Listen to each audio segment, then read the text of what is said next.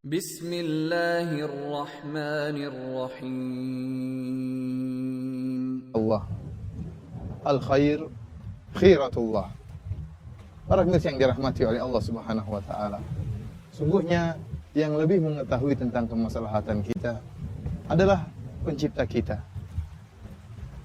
Dialah yang telah menciptakan kita dan mengetahui apa yang terbaik buat kita, yang mengetahui hal yang gaib tentang masa depan. Dialah Allah Subhanahu wa taala. Ala ya'lamu man khalaq wa huwal latiful khabir. Tidakkah yang menciptakan lebih mengetahui tentang apa yang dia ciptakan? Kita terkadang berencana, ya, menurut perasaan kita, menurut perkiraan kita bahwasanya ada sesuatu yang terbaik bagi kita, sehingga kita berusaha untuk meraihnya. Namun ternyata gagal. Setelah kita berusaha, ya, ternyata kita gagal. Ternyata tidak sesuai dengan apa yang kita rencanakan.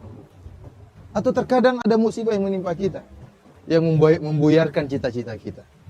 Namun ingatlah wahai pemirsa yang dirahmati oleh Allah Subhanahu wa taala, jika seorang hamba telah berusaha dan telah berdoa, maka yakinlah apa yang Allah takdirkan itu yang terbaik bagi dia. Kenapa? Al-khair khiratullah. Yang terbaik adalah pilihan Allah Subhanahu wa taala. Allah Subhanahu wa taala telah berfirman dalam Al-Qur'an, "Wa asa an takrahu syai'an wa huwa khairul lakum." Bisa jadi engkau membenci sesuatu, namun itu yang terbaik bagi engkau. Kemudian Allah berkata, "Wallahu ya'lamu wa antum la ta'lamun." Allah yang mengetahui dan kalian tidak mengetahui. Dalam ayat yang lain kata Allah Subhanahu wa taala, "Fa in karihtumuhunna fa asa an takrahu syai'an wa yaj'alallahu fihi khairan katsira."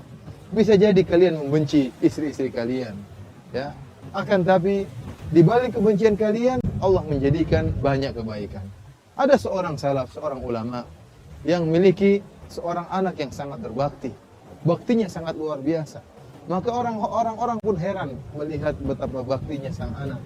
Maka mereka bertanya, apa rahasianya, kenapa anak ini bisa begitu berbakti? Maka ternyata dia mengatakan karena kesabaran dia terhadap ibunya. Ibunya mungkin bukan seorang wanita yang sangat soleha, wanita yang mungkin tidak begitu diharapkan.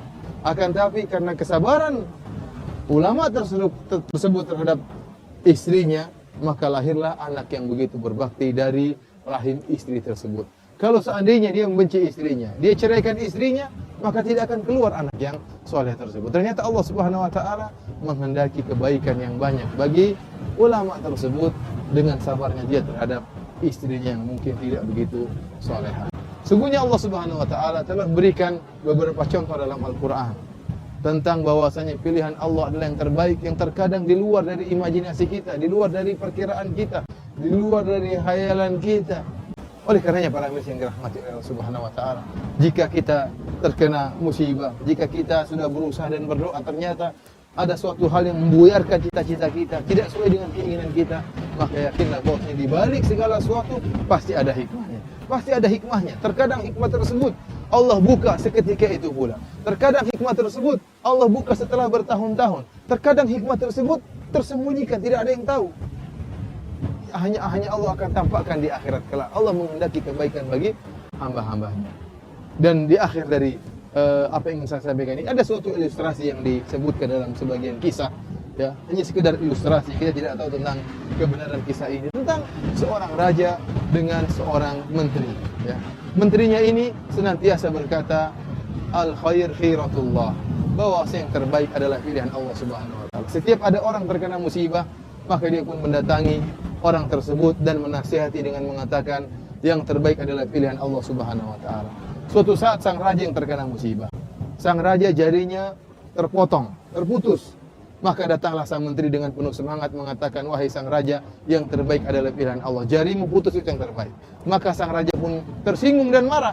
Dia mengatakan, jari saya putus yang terbaik, penjarakan orang ini. Akhirnya sang menteri pun dipenjarakan. Tatkala sang menteri dipenjara, dengan mudah dia berkata, al khair khiratullah, yang terbaik adalah pilihan Allah Subhanahu wa taala. Ternyata benar. Suatu saat sang raja pun keluar bersama anak buahnya dalam rangka berburu atau suatu keperluan. Akhirnya mereka terjebak pergi ke tempat yang jauh. Akhirnya mereka ditangkap oleh orang-orang penyembah dewa atau penyembah roh. Kemudian ditangkaplah mereka dan disembelih mereka satu persatu untuk tumbal bagi Tuhan mereka. Disembelih satu persatu anak buah sang raja.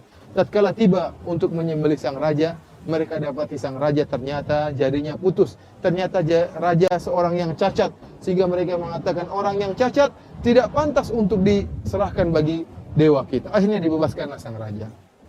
Tatkala itu sang raja pun sadar, ternyata apa yang dikatakan sang menteri betul.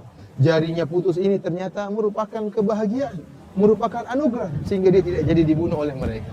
Akhirnya dia pun pulang dengan begitu semangat, kemudian membebaskan sang menteri dan mengatakan, benar perkataanmu, yang terbaik adalah pilihan Allah Subhanahu wa taala. Saya selamat dari cengkeraman mereka. Namun saya ingin bertanya, kenapa waktu engkau di penjara engkau berkata yang terbaik adalah pilihan Allah Subhanahu wa taala? Apa kebaikan yang kau alami dalam penjara?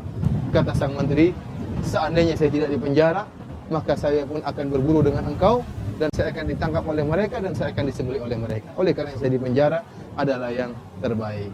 Demikianlah para pemirsa, semoga kita senantiasa berhusnudzon kepada Allah Subhanahu wa taala. Setelah kita berusaha dan berdoa, yakinlah bahwasanya segala ketetapan Allah Subhanahu wa taala, segala keputusan Allah adalah yang terbaik. Wallahu taala alam bisawab. Wassalamualaikum warahmatullahi wabarakatuh.